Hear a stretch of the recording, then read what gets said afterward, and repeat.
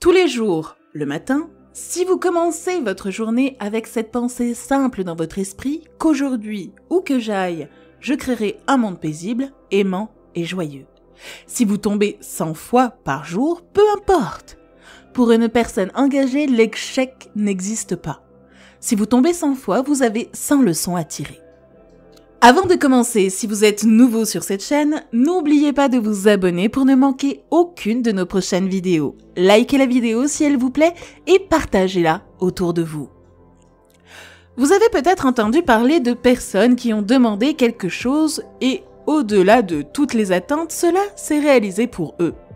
En général, cela arrive aux gens qui sont dans la foi. Maintenant, disons que vous voulez construire une maison. Si vous commencez à penser « Oh, je veux construire une maison. Pour construire une maison, j'ai besoin de 50 000. Mais je n'ai que 500 dans ma poche. » Pas possible, pas possible, pas possible. Au moment où vous dites que ce n'est pas possible, vous dites aussi que je n'en veux pas. Donc, à un certain niveau, vous créez un désir que vous voulez quelque chose. À un autre niveau, vous dites que je n'en veux pas. Donc, dans ce conflit, cela peut ne pas arriver. Quelqu'un qui a une certaine foi en un dieu ou dans un temple, ou quoi que ce soit qui est une foi simple d'esprit, ne travaille que pour les personnes qui ne sont tout simplement pas trop pensives. Lorsque les gens pensent et réfléchissent trop, ça ne marche jamais. Une personne enfantine qui a une foi simple en son dieu ou en son temple ou quoi que ce soit, va au temple et dit « Shiva, je veux une maison.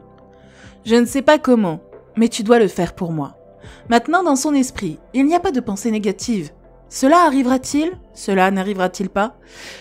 Est-ce possible? N'est-ce pas possible? Ces choses sont complètement enlevées par ce simple acte de foi. Maintenant, il croit que Shiva le fera pour lui et que cela arrivera.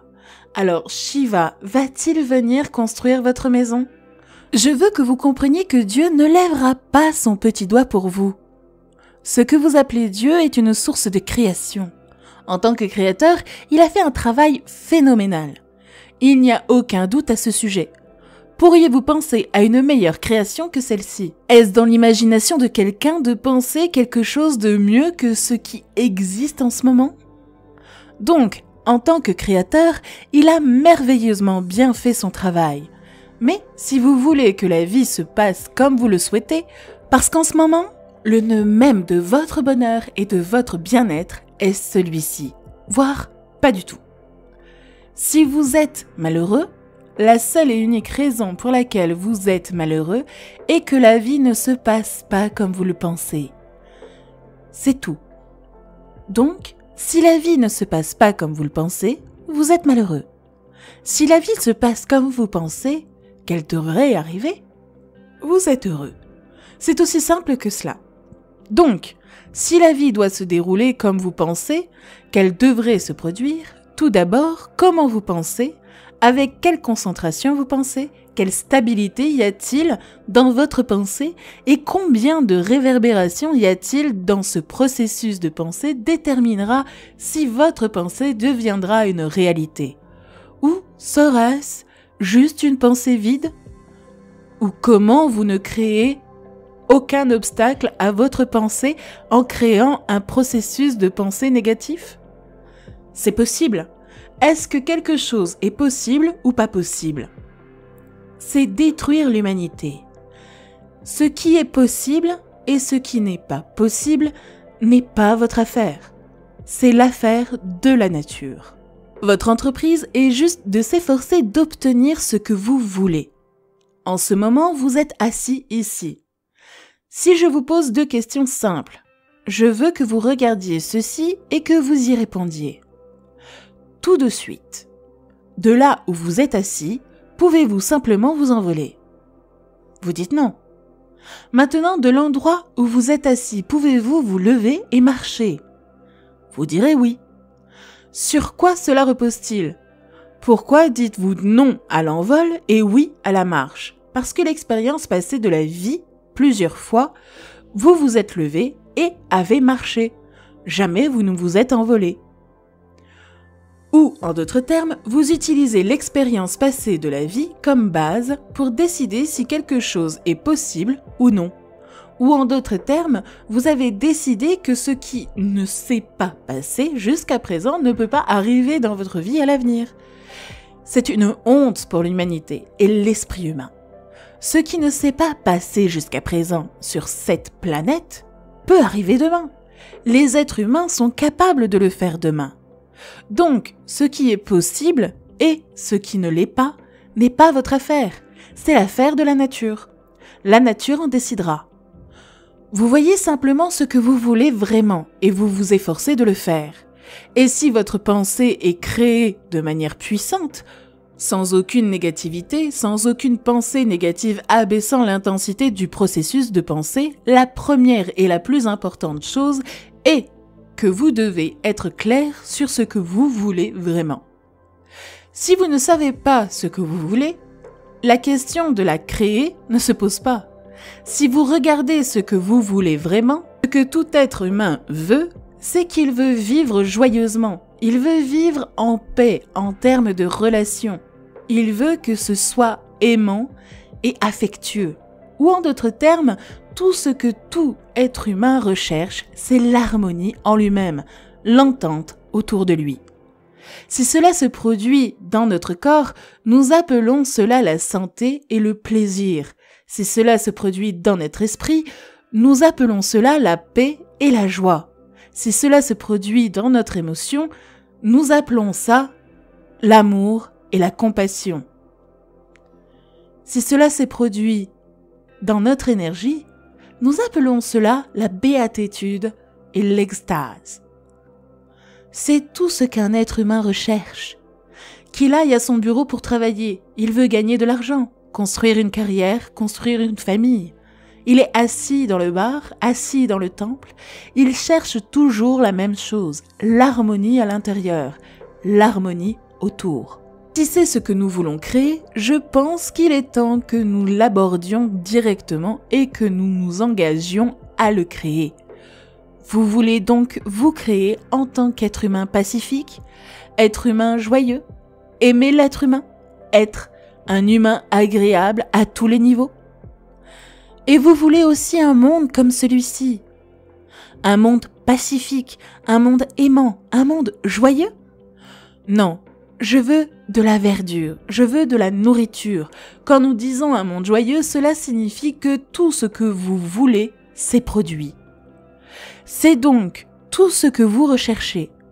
Donc tout ce que vous avez à faire est de vous engager à le créer. Créer un monde paisible, joyeux et aimant, à la fois pour vous-même et pour tout le monde autour de vous. Chaque jour du matin, si vous commencez votre journée, avec cette pensée simple dans votre esprit qu'aujourd'hui ou que j'aille, je créerai un monde paisible, aimant et joyeux. Si vous tombez 100 fois par jour, peu importe. Pour une personne engagée, l'échec n'existe pas. Si vous tombez 100 fois, vous avez 100 leçons à tirer. Si vous vous engagez comme ça à créer ce qui vous tient vraiment à cœur, maintenant votre esprit s'organise. Une fois que votre esprit s'organise, la façon dont vous pensez et la façon dont vous vous sentez et votre émotion s'organisera. Une fois que votre pensée et votre émotion sont organisées, vos énergies seront organisées dans la même direction. Une fois que votre pensée, votre émotion et vos énergies sont organisées, votre corps même s'organisera. Une fois que tous ces 4 sont organisés dans une direction, votre capacité à créer et à manifester ce que vous voulez est phénoménale. Vous êtes le créateur à bien des égards. Vous créez en fait un fantôme ou vous créez un dieu. Les deux sont possibles. N'importe quel type de forme que vous voulez, vous pouvez réellement le créer, le manifester et le faire fonctionner. Donc l'intellect est comme ça. L'intellect ne sera utile qu'en fonction de ce à quoi il est identifié et de ce qui est détenu. Donc, la prochaine dimension de l'esprit, le premier, est appelé Buddhi, qui est l'intellect. Le second, est appelé Ankara. Un Ankara ne signifie pas ego, cela signifie identité. Tout ce que vous avez identifié à votre intellect ne fonctionne qu'autour de cette simplicité. Si vous vous identifiez simplement à une nation, si vous dites « je suis indien », tout ce qui est indien est beau. Si vous traversez la frontière et que vous dites que vous êtes autre chose, tout cela a l'air magnifique. Donc, tout ce à quoi vous vous identifiez, c'est seulement avec cela que l'intellect fonctionne. Donc, un Ankara est l'identité. La façon dont votre Ankara a été créé consciemment et régulièrement déterminera l'efficacité de votre intellect. Ce n'est pas parce qu'il est tranchant qu'il sera efficace. Parce qu'un intellect aiguisé ou un couteau tranchant peut vous causer n'importe quelle quantité de dommages. Si vous avez un couteau tranchant et que vous n'avez pas une main ferme, vous vous couperez partout. C'est tout ce qui se passe. La souffrance humaine n'est que cela. Vous ne savez pas comment tenir correctement cet intellect dans votre main. Chaque jour, vous vous coupez. Vous vous coupez, toute la souffrance est sur l'auto-assistance. Parce que votre propre esprit vous cause cela tout le temps. Quoi qu'il arrive, les gens souffrent, quelle que soit la façon dont ils souffrent, parce qu'ils ne savent pas comment tenir cet intellect. Si vous avez un esprit posé, vous serez tout à fait en paix. Oui, vous essayez de tant de façons pour réduire la netteté de l'intellect en buvant par la drogue, en réagissant de manière excessive, en faisant toutes sortes de choses d'une manière ou d'une autre pour enlever la netteté parce que la maudite chose fait mal. Ça ne fait pas mal parce que c'est sa nature, ça fait mal parce que on ne sait pas comment le tenir. La dimension suivante de l'esprit est appelée Manus, qui est un énorme volume de mémoire. Donc, Anomaya Kosa, cela s'appelle une énorme pile de mémoire. Ainsi, la quatrième dimension de l'esprit s'appelle Chitta. Chitta signifie que c'est de l'intelligence pure. Il n'est pas souillé par la mémoire. Il n'a aucune trace d'aucune sorte de mémoire. C'est juste de l'intelligence pure. Si vous touchez à cela, alors vous avez accès à ce que vous appelez une source de création. Parce que toutes sortes de choses auraient pu vous être données. Dieu est cela. Dieu est amour. Dieu est compassion. Dieu est bon. Toutes ces choses ont été inventées parce que peu importe ce dont quelqu'un est privé, il attribuera cette qualité à son idée de Dieu. Vos idées de Dieu ne sont venues que parce que vous ne savez pas comment toute cette création s'est produite. Parce que vous n'avez pas de réponse. Vous l'avez inventée parce que vous êtes un être humain. Vous avez dit qu'un grand être humain est assis là-haut. Oh, comment pouvez-vous faire tout cela? Mais essentiellement, parce que vous ne savez pas comment la création s'est produite. Vous trouvez des explications. Ne croyez pas ce que je dis, ce que tout le monde dit. Faites attention à un élément de création. Il suffit de prendre une fleur.